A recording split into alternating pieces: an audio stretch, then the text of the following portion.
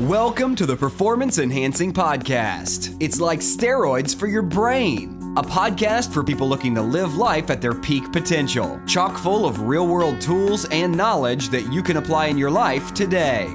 By providing you with a lens into the lives, beliefs, practices, and actions of those who are already living extraordinary lives, the Performance Enhancing Podcast will help you shift your mindset or create that change in your daily rituals and habits so you can explode with success in the areas of life that are most important to you. So get ready for another dose of Performance Enhancing Podcast with Satori Here's your host, Ilan Ferdman. Hello, everybody, and welcome to another Performance Enhancing Podcast with your host, Ilan Ferdman. So if you haven't signed up to our PEP list to receive a recap email about this week's shows, make sure you head over to performancepodcasts.com. That's podcasts with an S at the end of it, so make sure you remember that. Also, if you haven't yet subscribed to our show via iTunes, you can also do that at performancepodcasts.com/iTunes. Or if you prefer to use Stitcher, you can do the same thing at performancepodcast.com/Stitcher. And remember, we have new episodes coming out every Monday and Thursday morning, so you can grab those then.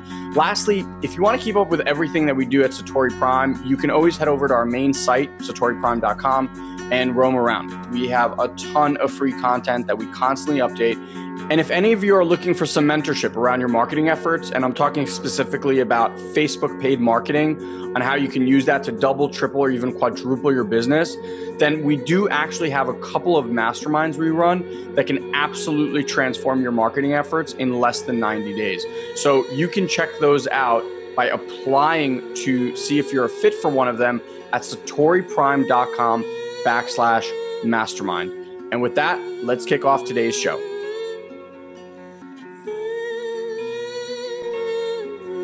Welcome back, boys and girls. Part 2 of my interview with James Clear. If you don't know, James Clear actually grew his blog about behavioral change and psychology in the past 2 years from nothing to 500,000 readers per month. So in part 1, we actually discussed how he did that. In part 2, we spoke more about his arena of expertise. For example, what we ended part 1 on was the concept that a lot of the thoughts that we have and a lot of things that we share are, well, all the things that we share are not original, right? It's something that you regurgitated or heard somewhere and you kind of put your own spin on it. And I loved James' answer to this, which is at the end of the day, you're still the first person they're hearing it from. And it's your responsibility to deliver that message because that is what helps the ultimate consciousness of the world. So I thought that was really interesting. As you know, in our last beer talk, we discussed renaming failure, right? So I actually give you an insight of what I've been kind of mulling around in my head, and then James gives you one of his. We talk about something that I'm surprised I'd never heard of before because it's all around language, but it's the difference between using the word can't and don't in your language. Incredibly powerful. I've actually been sharing this with my family and friends recently, and every single person I've shared this with has been blown away by just the mere power of that. And then lastly, a topic that I just kind of threw in there because I know James is on the same wavelength as me on this, which is why you need to stop listening to the news. So stay tuned. His answer is actually one of the smartest I've ever heard when it comes to that. And again, just a quick reminder, our 10-day challenge is up and live. And then all you have to do is go to SatoriPrime.com/10, the number 10, -day-challenge. 10-day-challenge. And you can get your free 10 video series right now and go to work on an area in your life that matters most to you. Hope you enjoyed this interview with James Clear. Make sure to go check out his blog, and we'll see you on the next Performance Enhancing Podcast. I think as far as the idea of like, I'm not the first person to think of this, totally agree, right? We all learn something from somebody. And actually I put up a page on my website. It's just jamesclear.com/thanks. That lists all the people that have influenced my thinking over like the course of time and where I sort of got ideas and stuff, just as like a little hat tip to the fact that I didn't come up with this stuff. I learned it from someone else. I like that. But what I think is really useful is you may not be the first person to come up with this idea. And you may be sharing something that you learned from somebody else, but But for the people who are listening to you, it's the first time they've heard it. Yeah. And so you're the person who delivers the information to them that even though it existed in the world already, they didn't know about it. And that's like this ability to collectively learn from each other. That's one of the things that separates humans from every other species on the planet, right? The fact that we can build upon what someone learned 1,000 years ago or 100 years ago or 10 years ago. We're able to take that knowledge, use it ourselves, and then add some little layer to that piece. And you're part of that web when you share information with other people. And that's the only way that our civilization, that the human race advances, is by the fact that we share this information with each other and we lift everybody else up along the way. So I think that even though you're not the person to come up with it, it's a very valuable thing to do. 100%. So I want to bring up a topic that my brother and I have been talking about, and we kind of have this goal. I think you might be one of the best people to give input on this. We had a year-end kind of review. We do these beer talks, and we had a year-end review where... Awesome. I love the name of that. Yeah. It was funny. He was here. He's in California. He was here one day, and we wanted to make a video. I was like, what do you think about just drinking beer and just shooting the shit? Like, and he's like, okay. And we did it, and it exploded. People were like, this is the best. So now That's cool. I think that was Beer Talk 7. But one thing came up, and I know you're also... And I want you to talk about this a little bit later about the difference between can't and don't, which is an amazing language thing, but failure, right? So we're in the process of trying to recontextualize failure. Like I know so when I say a word failure, every single person that hears that word, they don't hear just a word. They don't hear like bagel, right? Mm-hmm. They hear there's a weight to that word. There's an experience to that word.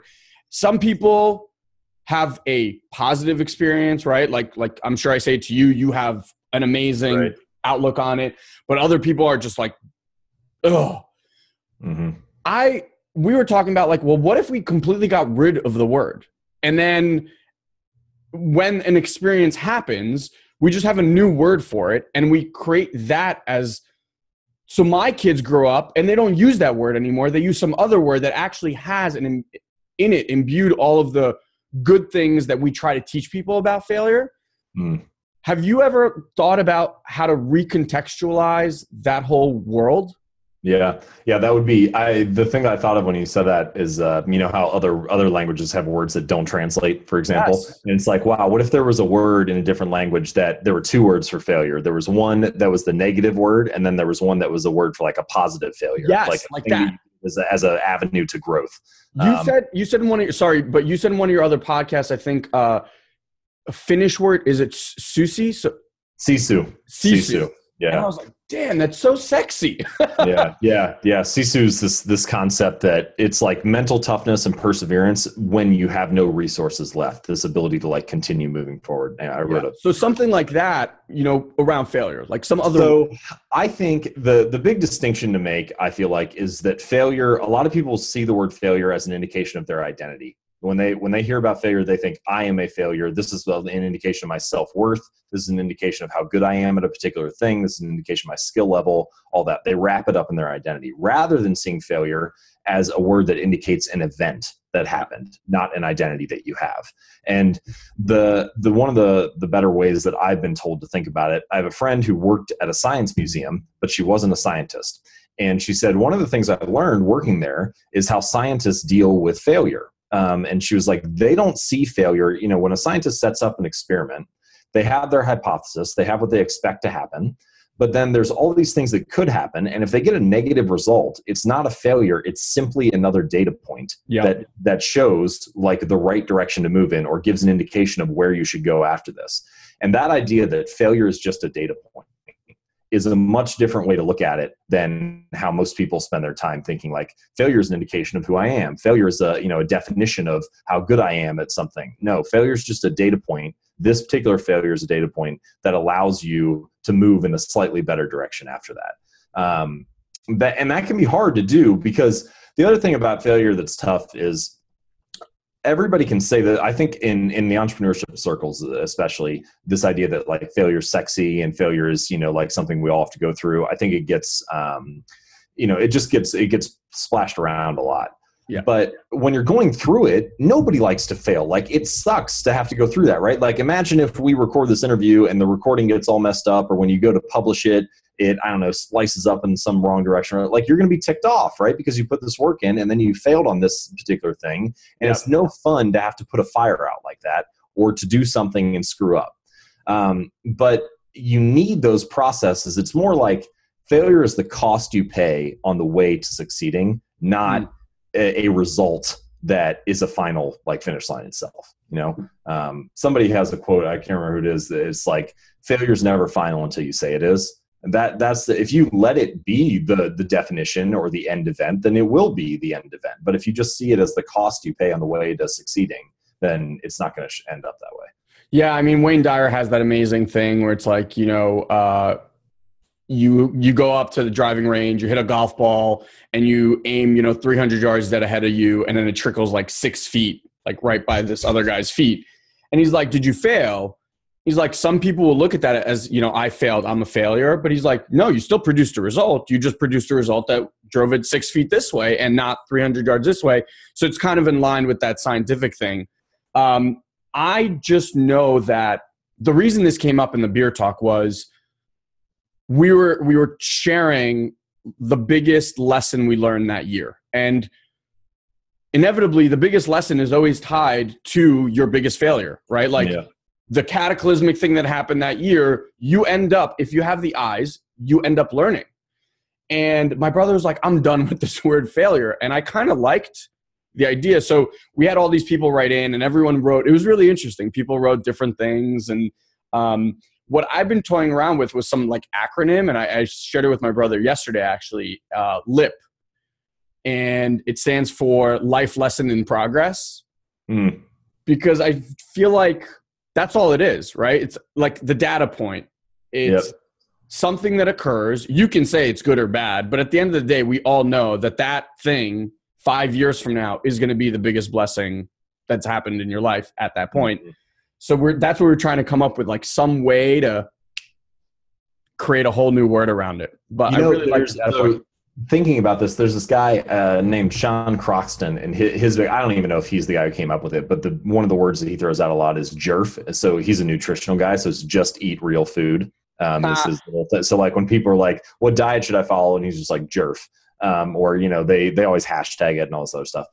But that caught on because it's an acronym that sticks for stuff, right? And you can think about all these other things in everyday life, like YOLO and whatever, all these other stuff that are popular. So I could see an acronym sticking more than anything else. And yeah, I agree. I think this idea of like figuring out a word or a phrase or an acronym that stands for the fact that failure is a positive thing that leads to future growth, rather than some negative indication of who you are is, I think, a big win. That'll be my meditations book.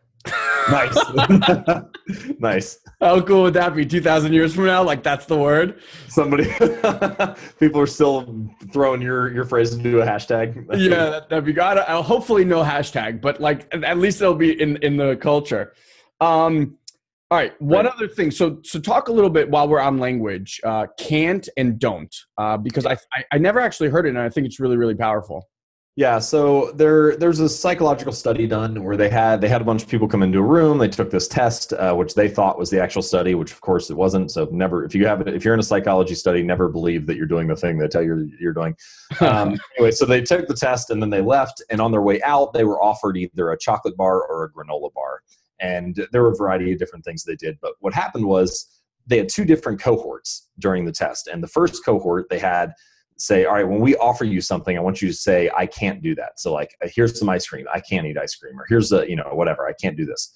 And for the other group, they said, all right, when we offer you something, I want you to say, I don't do that. So I don't eat ice cream, or I don't ride bicycles, or I don't, whatever the thing was they were offered. They walk out. And what happened was the people who said can't, there was a significant percentage that defaulted to grabbing the chocolate bar over the granola bar, and the people who said don't, a significantly fewer percentage end up choosing the chocolate bar. They chose the healthier option. Okay, so they're like, what's going on here? And what they found was there's this difference in the language that we use and the amount of like personal agency or the ability that we subscribe to ourselves to take actions. So when we say things like, I can't eat ice cream, or I can't have dessert, or I can't build a big email list, or I can't do whatever, then it makes it sound like, oh, I'm not allowed to do that. I'm restricting myself, right? I have to use some willpower or some motivation to not do this thing that I want to do. But when we use words like don't and say, I don't eat ice cream, or I don't have dessert after dinner, or whatever, that makes it sound like this is just a part of my identity. This is who I am. This is something I believe, something I stand for. It's a much more empowering phrase. It's and a the declaration. difference between, yes, exactly. The difference between that empowering declaration and using a word that makes it sound like you're restricting yourself is that it makes it much more likely that you'll stick to it and maintain that willpower over the long run.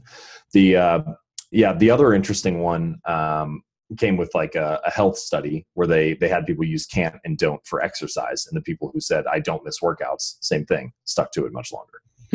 Very, very powerful. Where, by the way, do you find these studies? There are a variety of places. One of the best avenues that I found, or like ways to get there, is you read a book from a well-respected researcher and then you read the studies that they cite. And the reason that I start there is because they have often gone through many studies to write that book. And so they've selected the ones that are often the most highly vetted or the best options. So you're already starting with like a curated list. And that's usually a good place to start. Love that. I never even thought of that. I like that idea. So speaking of books, can you list like 2-3 of your favorite books that have just impacted you massively? Yeah. Wow. Favorite ones. Okay. So just for random books that are awesome. So this book, Surely You're Joking, Mr. Feynman, by Richard Feynman. He's a physicist. It's just awesome. I mean, I'm a bit of a science geek, but he's like one of the greatest physicists of all time. And he's like just a crack up. I mean, he plays the bongos and draws nude models and works on the atomic bomb project and all kinds of crazy stuff. So that book's awesome. Another one that I'm reading right now that if you like science just a little bit, it is totally worth it. It's called The Brief History of Time by Stephen Hawking. And reading that book has basically redefined my concept of the universe that we live in. Like, I felt like I was living in a different world than what is actually true after I read that book. Yeah, it's totally awesome. So those are two just great books. If we're talking about behavior change and practical ways to, improve your life or whatever, there are a couple other good ones. This one called The Willpower Instinct by Kelly McGonigal. She's a professor at Stanford. This is a pretty solid book because it talks about practical ways to increase your willpower. And often we have this conversation of, oh, I wish I just had as much willpower and motivation as you. If I only had that, then I'd be able to stick to this goal or whatever. But we start to realize through this book and just through some experience is that willpower is not some innate trait that you're either born with or don't have. It's like a muscle. And as you develop it, it becomes much stronger. But that also means it can get fatigued throughout the day. So this book helps you manage that in a good way. So that's a useful one for willpower stuff. There are a bunch of ones that are interesting. I mean, this book, Daily Rituals by Mason Curie, it's about how artists work. So it has like 200 different famous artists and musicians and scientists and their daily routines in there.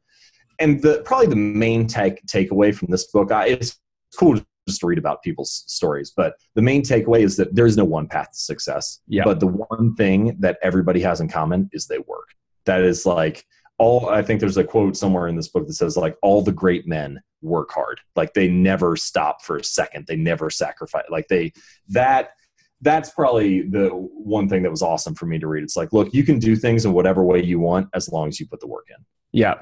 I got the same thing from Robert Greene's Mastery, where he looks at all those people. It was exactly the same thing. It's like all these delusions that we have that people wake up and they're just born gifted and they have some innate talent that no one else has. And you're like, bullshit. They just worked harder than anyone else was willing to at that time. And that's why they got there. The other thing that's funny is like, it takes hard work, but a lot of time it's just like, what's the work that no one's done yet? Like take, for example, this very book that I'm talking about. Okay. Daily Rituals. It's a collection of 200 artists' daily routines. But all this information was already out there. Most of it, a lot of the passages are really extensively quoted just for the artist from a different interview that they talk about it.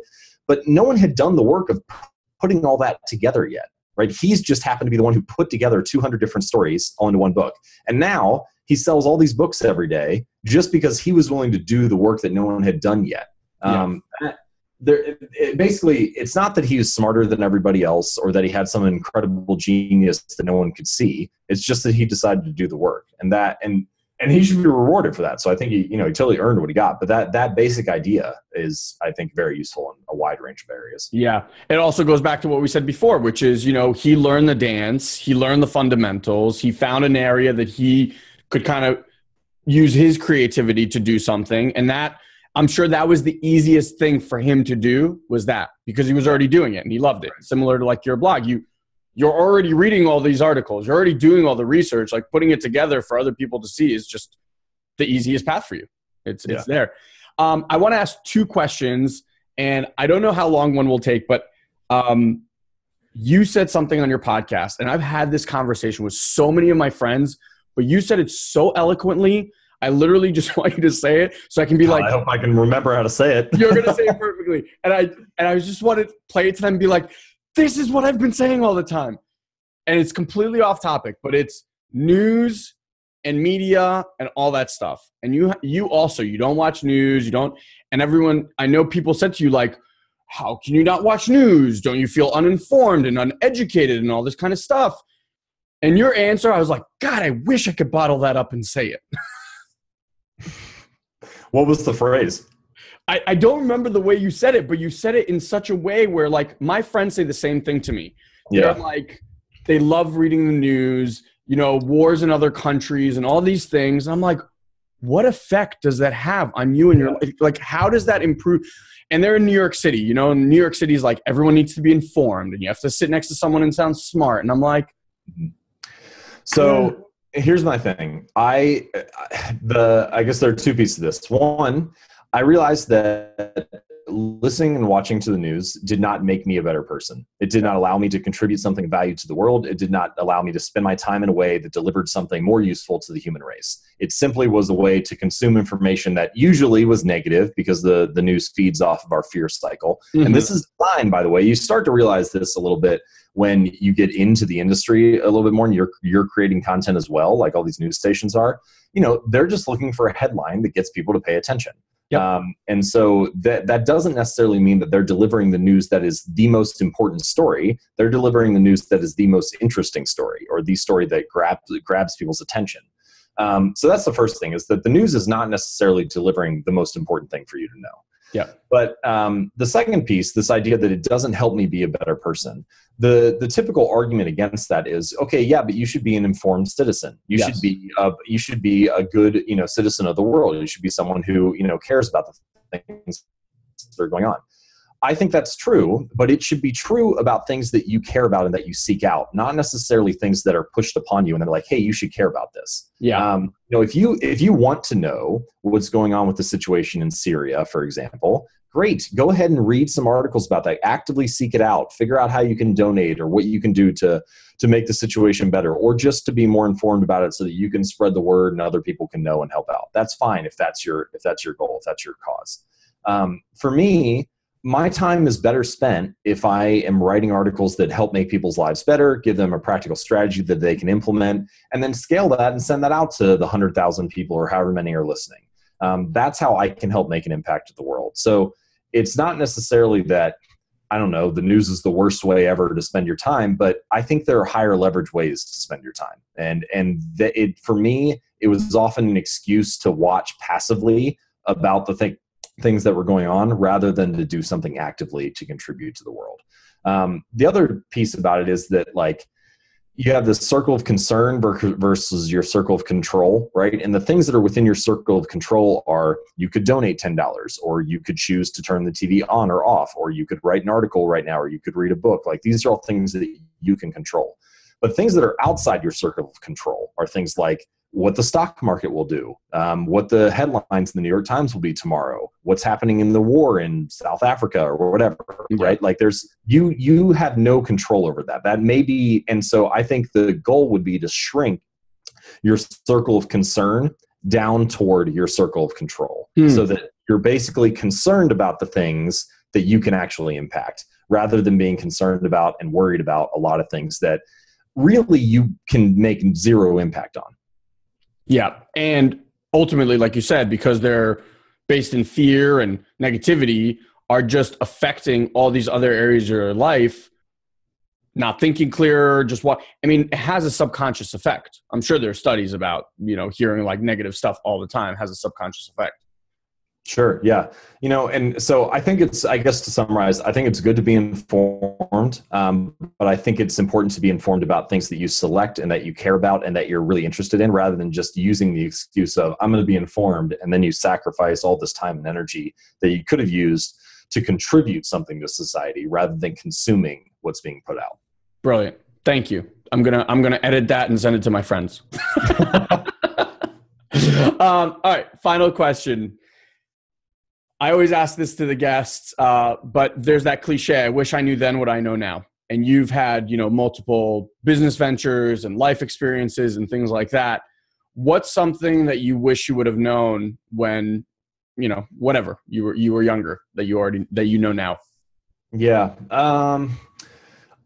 There are a variety of things business-wise. I mean, I wish I would have known how much the right employee can make a difference. I tried to do things on my own for a long time, and still probably that's a fault of mine, is that I try to do too much myself rather than enabling a team around me. But man, if you get the right person, it just makes, for me, it's not just like a 1 or 2x improvement. It's like a 10x improvement. Wow.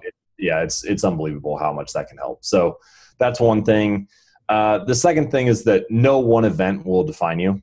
I think I used to get wrapped up in this idea that all I needed was this one thing to happen, and then it'd be like, all right, you made it. I had this one webinar. This was about a year into my business, or within the first year, with this partner who had this huge list of like 200,000 people that he was emailing out about. We got like 5,000 people signed up for this webinar. I thought, this is going to be it. I'm going to make, $30,000 in this hour or whatever. Like, I thought this was going to be the time when I made that jump.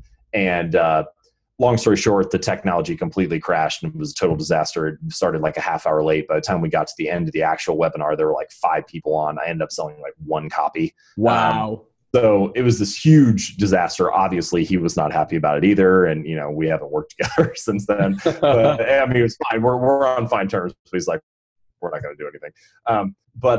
I was so upset after that failure. Right? I was just like, I totally blew my chance, thinking that was the chance. Right. And it wasn't at all. Right. It was just one thing. If you're going to, that leads into another big business discovery, which is that, like, in the beginning, I built this thing, but I had no list, this app. And I was like, well, I guess I'll email all my friends and family about it, which was a terrible idea, to spam your friends and family about this idea. It's just stupid. And that your friends and family are not going to be the thing that makes your business sustainable. If you're going to build a sustainable business, it's going to last way beyond you emailing the 500 people that you know.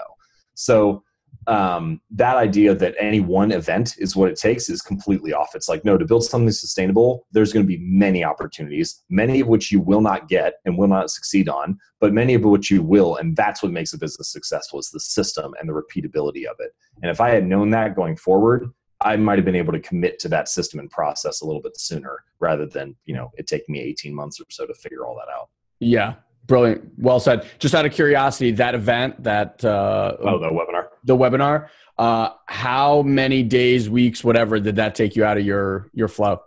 For sure a solid week, where I was just like, I don't know, upset about it and didn't really know what to do. But then probably the after effects were probably even longer, because it caused me, I didn't stay depressed for a long time or anything. I was able to move on and get work done. But what it caused me to do was be apprehensive about emailing other people about future opportunities. And so it was probably months before I did, another one. And so that was where that it made me, like, gun shy, for lack of a better word, of, for sending out and trying to, like, continue to pursue opportunities, because I was like, oh, well, I'm just going to blow it. And if that happened today, what kind of effect would that have? Well, it did happen. Not with, I don't really do webinars anymore, but with a speaking gig the other day. So I had this, I thought I did a good job and went through this whole process with this company. The long story short is I basically lost 25 grand in about an hour, because I ended up not getting the job. But so because I blew that, I was upset about it for about 15 minutes, and I was like, you know what, I've been here before, first of all, and secondly, this is just the beginning, right? Like this is just one. If you want a sustainable speaking business, it's going to be one opportunity that comes in over the course of a year or 2 years or 10 years or whatever. And lo and behold, 3 days later, another one comes in that was for the same exact date. So I couldn't even have done both. I would have to choose anyway. So I think that having a better perspective now is something that I'm grateful for. That's brilliant. And I just wanted to bring that out because I figured something similar had happened. And I just want to give people the contrast of like that mental toughness of that just gets developed over the time that you're an entrepreneur. Like, and that's what I'm saying. Like, that's why I said LIP, like life lesson in progress. Because that's not a lesson. You can't sit across from a mentor and he talk you through that process. Yeah. That's like a life experience. And that's the only way you can learn it. One way to think about it, a lot of times people say, oh, how come we repeat the same mistakes in history? Like you see the same things being done over and over again. Sometimes it's because we make a stupid mistake, but a lot of times it's because some things in life have to be experienced to be learned. Yeah. And that's why you see people repeat these things over and over again. There's always a new generation of people coming up, and there's always a new generation of people that need to learn and grow and live through life and experience that stuff to figure out what it takes to work through it. So, entrepreneurship is a path like that. I mean, we all have to go through those things and slip up and make mistakes and blow big opportunities and whatever, all that stuff. I mean, it's part of the game. And eventually you start to realize that. Yeah. All, like Wayne Dyer says, spiritual beings having a human experience. I think we all have to have that human experience. James, I mean, I had an absolute ball. I feel like we can geek out on this stuff for days. Like I said, well of knowledge. So where can people find you? How can people connect with you, hear more from you? Awesome. Yeah. Well, thanks so much for the opportunity. I write every Monday and Thursday at jamesclear.com. So you're welcome to bounce around there and check out some articles and take a look at the website. Specifically on habits and behavior change, if you're looking for more info on that, we covered a lot of ground today, but didn't have time to get into everything. I put together a 45-page guide. It's just a PDF on the science of habit formation, how it's built, and then a lot of practical strategies for ways to implement it and things that you can do in your own life. You can download that at jamesclear.com/habits. Awesome. Yeah. And by the way, guys, massively good pickup. It's like I said, James has a really cool way of taking really complex topics, making them super simple and usable.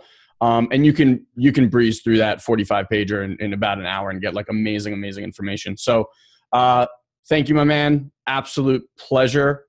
And if there's anything that we can ever do for you, please let us know. Awesome. Thanks so much. Happy to do it. Later. Thank you for joining us on this week's Performance Enhancing Podcast. We've taken this pep talk and created a custom action guide so you know exactly what action steps to take now to grow your business. Just head over to SatoriPrime.com/podcast and download it for free. Also, please leave a comment and rate this podcast on iTunes. It'll help us get the word out. Thanks for listening. Now, go and implement. We'll see you next time.